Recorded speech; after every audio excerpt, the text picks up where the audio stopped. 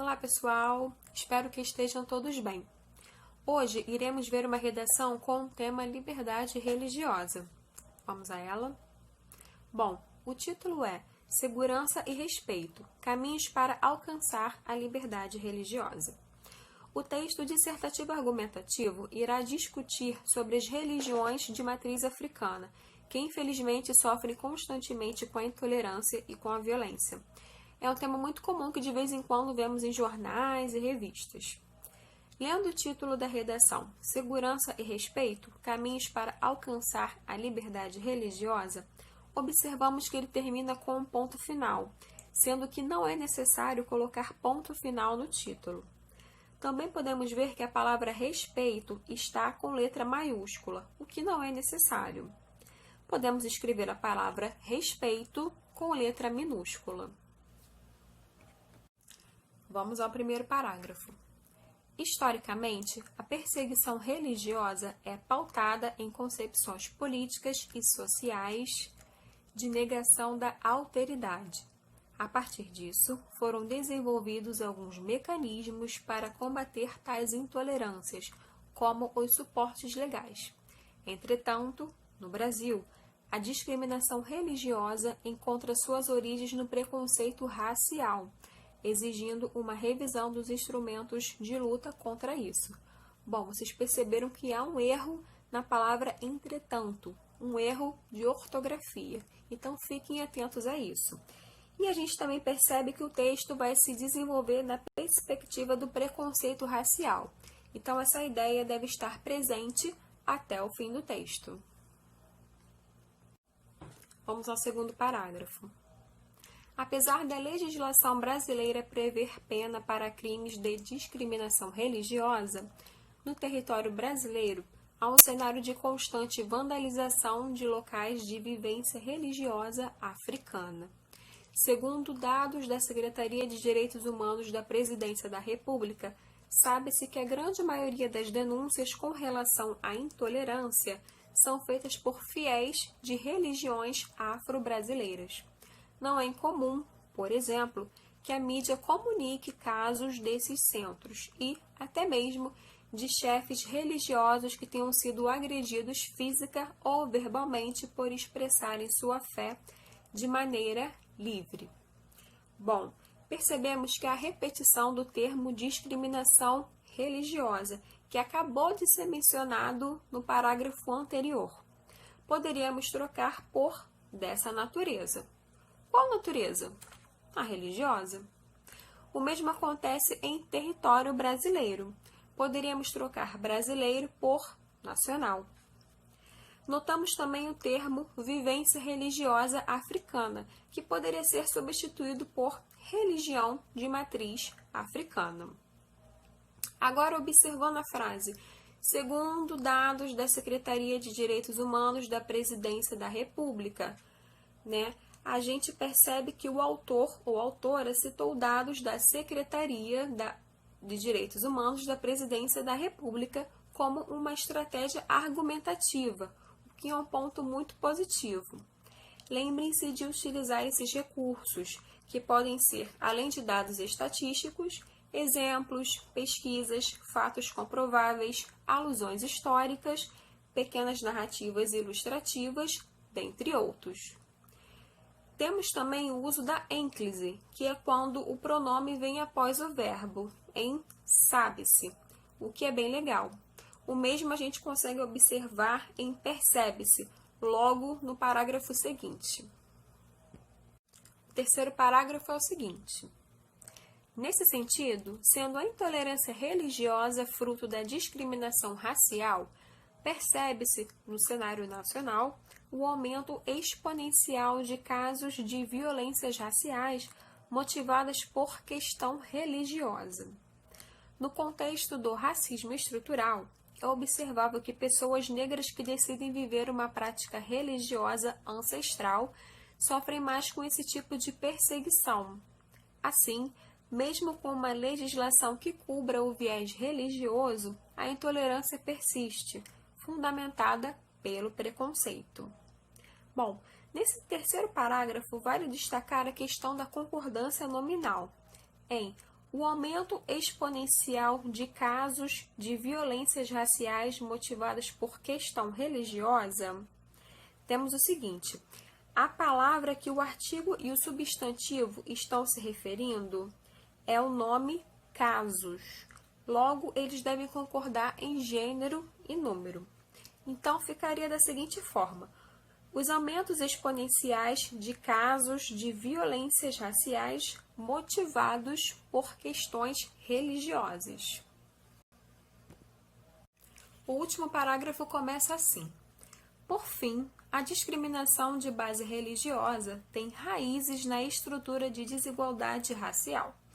Dessa forma, o MEC, ao viabilizar, por meio de processos educativos mais plurais, uma formação social respeitosa, estaria criando um caminho de combate à intolerância. Por outro lado, as grandes mídias poderiam firmar uma campanha multiplataforma de reforço de relevância e vigência da legislação acerca de crimes contra o sentimento religioso e afins, para dar aos fiéis base de conhecimento legal, de modo a estimular cada vez mais a denúncia contra esse crime. Por conseguinte, acredita-se que quanto maior for o suporte de segurança oferecido a essas minorias, mais elas terão condições de exercerem suas práticas de forma livre, apontando para uma diversidade cultural já existente, mas que ainda é barrada pelo preconceito.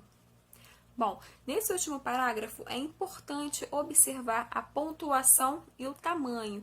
Então, gente, cuidado para não produzir um parágrafo muito longo, ok? E aí as ideias devem ser claras e objetivas, sempre. Na primeira linha, faltou acento na palavra raízes, Logo após, temos a sigla MEC. Sabemos que MEC significa Ministério da Educação, mas o leitor talvez não saiba. Então, nesse primeiro momento, escreva o nome completo da sigla, ou seja, Ministério da Educação. Quando retomar alguma ideia ou então apresentar novos dados da mesma referência, aí sim podemos utilizar a sigla, certo? Seguindo no texto, temos a seguinte frase: por outro lado, as grandes mídias poderiam firmar uma campanha multiplataforma de reforço da relevância e vigência da legislação acerca de crimes contra o sentimento religioso.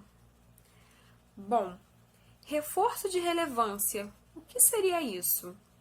Como poderíamos escrever esse texto de uma forma mais clara e objetiva? O mesmo acontece com o sentimento religioso. Vamos pensar sobre isso, certo? Falando desse último parágrafo, de forma geral, a autora ou o autor voltou ao ponto que foi mencionado lá no primeiro parágrafo, que é a questão racial. Ela ou ele apresenta uma solução para o problema apresentado. No caso, o MEC e as grandes mídias podem ajudar ainda mais no combate à intolerância religiosa através da educação e de campanhas. Bom, gente, o texto em si é coerente, ou seja, as ideias têm lógica, têm nexo, porém falta um pouco mais de organização, clareza e objetividade, principalmente nesse último parágrafo. Vocês concordam? E falando em organização, é importante que a gente faça um projeto de texto, ou seja, um planejamento antes de começar a redação. Podemos colocar os tópicos com as nossas ideias principais, anotar as palavras-chave, traçar a introdução, o desenvolvimento e a conclusão. Seguir esses passos pode te ajudar a conquistar uma boa nota na redação. Bom, gente, depois de termos feito esses comentários gerais sobre a redação, vamos às notas de acordo com as 5 competências do Enem. Na competência 1, que é demonstrar domínio da escrita formal da língua portuguesa, são levados em consideração os seguintes pontos: aspectos gramaticais, convenções da escrita, estruturação de períodos, escolha do registro adequado à norma culta. A redação teve um erro de ortografia na palavra entretanto, faltou acento na palavra raízes, emprego da letra maiúscula na palavra respeito, logo no título. Tivemos também a questão da concordância nominal no terceiro parágrafo e, por fim, a pontuação, que precisa ser melhorada, principalmente no último parágrafo. Por isso, a nota nessa primeira competência será 120 pontos. Na segunda competência, que é o entendimento do tema e domínio da dissertação argumentativa, o texto deve conter introdução, desenvolvimento e conclusão. Lembrando que não podemos fugir do tema. O repertório sociocultural também é muito importante.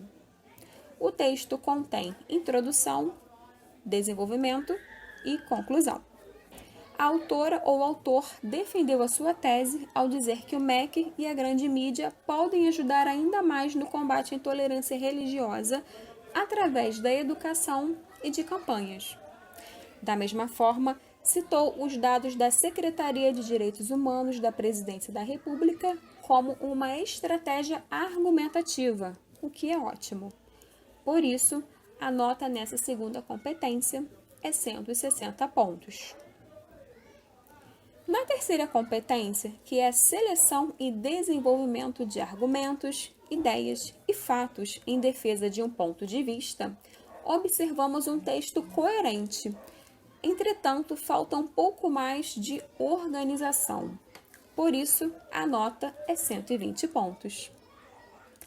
Na quarta competência, que é demonstrar domínio dos mecanismos linguísticos necessários para a construção da argumentação, é levado em consideração a coesão, a forma como você amarrou as ideias em cada parágrafo.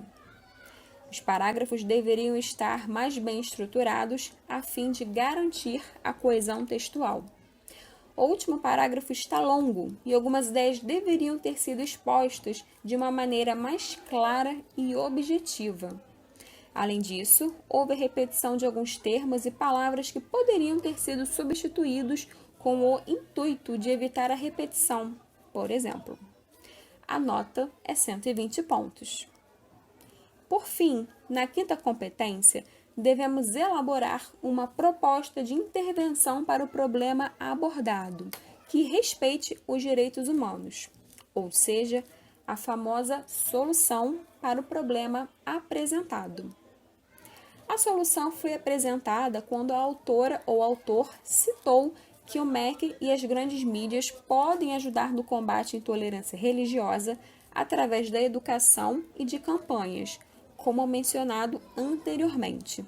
Logo, temos 160 pontos. A nota final da redação é de 680 pontos.